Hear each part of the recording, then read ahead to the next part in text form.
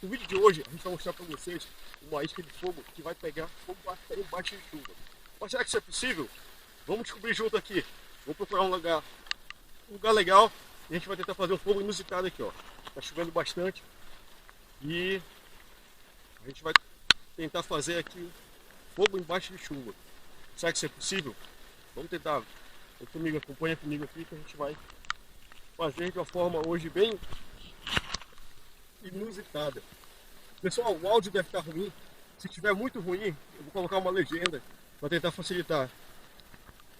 Mas aqui, o que a gente vai precisar para fazer o nosso experimento de hoje é uma descrição bem simples aqui. A gente vai estar utilizando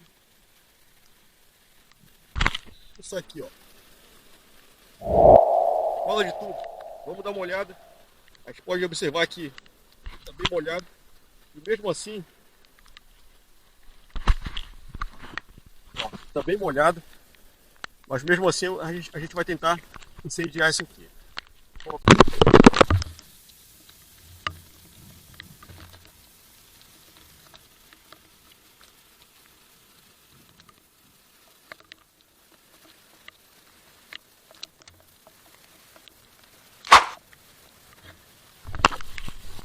É isso, pessoal.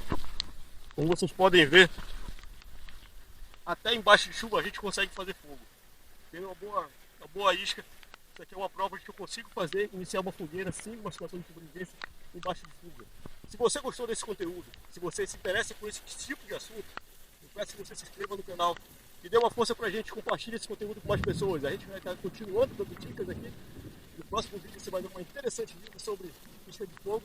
E a gente continua com vocês até o próximo vídeo. Toda honra, toda glória do Criador.